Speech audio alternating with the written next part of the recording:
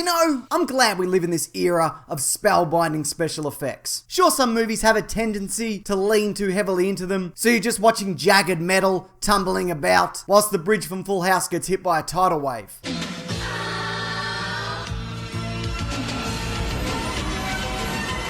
Whatever happened to predictability? The milkman, the paperboy, he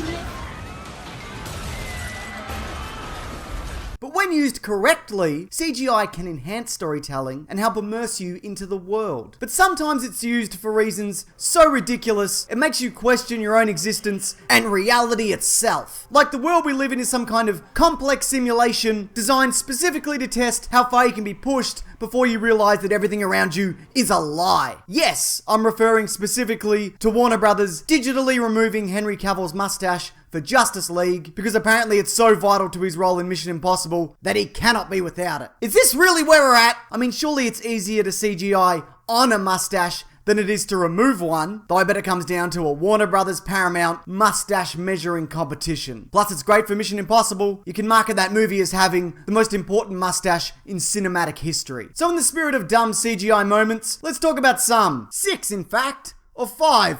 Or 10? I don't know, I'm kind of making this up as I go. And one of the main reasons I want to do this is because everybody needs to know that this shot cost $5,000. Why? Because that is entirely digital, as apparently you aren't allowed to give laxatives to a puppy. What is this, Nazi Germany? Are we living in Nazi Germany? So what, they couldn't have bought a $2 plastic fake one? Or even just whip something up made out of store-bought cake mix? And you know what? I bet if you threw it open to the crew, offering half that amount of money for one of them to shit on the lawn, almost certainly somebody would have done it. The CGI changes George Lucas has made to the original Star Wars trilogy could easily be a whole video in itself. From removing Anakin Skywalker's eyebrows to having Ewoks blink,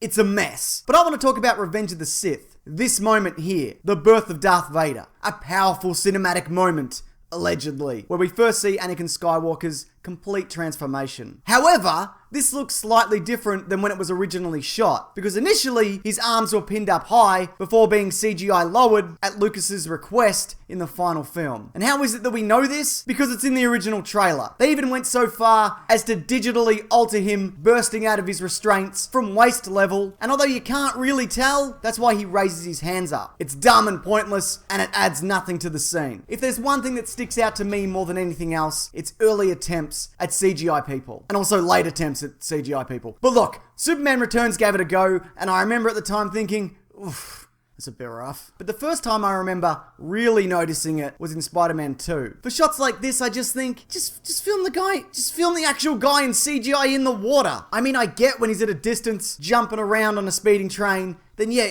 you need a CGI man. But for this, what are you doing? Blood Diamond was a movie, wasn't it? It was all like, hey, don't buy blood diamonds. And it was also an uncompromising reminder of the difference between US and South African culture. You know, in America it's bling bling, but out here it's bling bang, huh?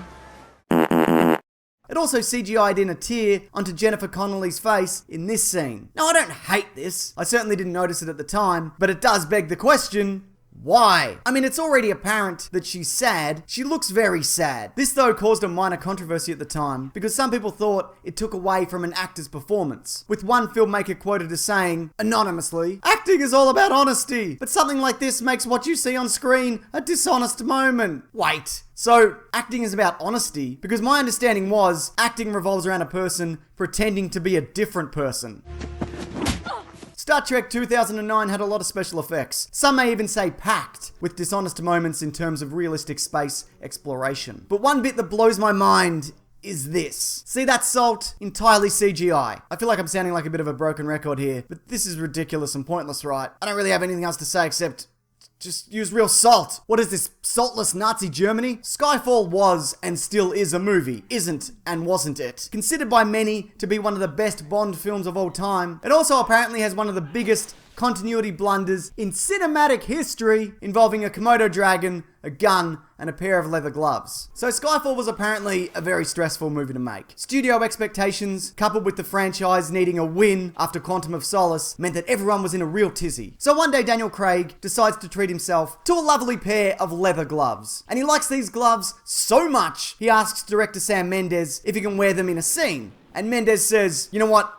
Well, fine, I don't care. After the scene was filmed, months later, it's the one with the Komodo dragons, somebody realizes, hang on, if this henchman can't fire the gun because it's specific to Bond's prints, then how can Bond fire it if he's wearing gloves? So after many hours of panic and calculation concerning how much it'll cost to get everybody back to reshoot the sequence, plus again convincing a Komodo dragon to have its spine stepped on by a man who looks like a potato in a suit, it's decided that the best course of action, and the cheapest, is to digitally paint Craig's gloves the colour of his actual hands, frame by frame, at the cost of millions of dollars. Now, I can't speak to the validity of this story, because moments prior to this, you can see in the behind the scenes footage that he's not wearing gloves. But to be fair, his hands do look oddly puffy in moments. Now maybe that's to be expected of a person whose head looks like a kicked in ball of pre-chewed chewing gum, but if this is true, good grief. Also, he doesn't even fire a gun in this sequence, so would it even matter? Maybe they should have focused their energies on why an international assassin uses uranium bullets to kill his targets, when obviously all of his murders could be easily traced back to him. Why not just plant a flag in your victim with your name written on it? Right, I'm leaving. But before I do that, couple of things. Here's the winner of last week's Loot Crate. If you are this person, just private message me these details and you can have it. And if you want to win next week's box, just leave any comment below, maybe on what you think is the worst use of CGI in a movie. Also, every Tuesday we do a show here called Caravan of Garbage, where we play a good or terrible thing from the past. Last week was Hulk Ultimate Destruction. Here's a clip. Oh, we should mention as well, the cows are indestructible. Can't kill a cow in this. No. And yet I've killed a lot of people. Show them how you cannot kill a cow. Okay, let's Pick do up a that. cow.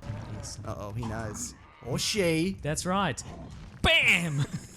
Maybe you can only kill a cow with another cow. Ah. Find out. That makes total sense. But I can destroy anything else, presumably, with this cow. This indestructible cow, yes.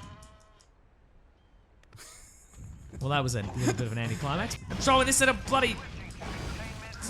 Cop that! Also, every Monday on my podcast, The Weekly Planet, we talk movies and comics and TV shows. That's linked below, along with everything else if you care. But thanks for watching this. I appreciate it. Take care.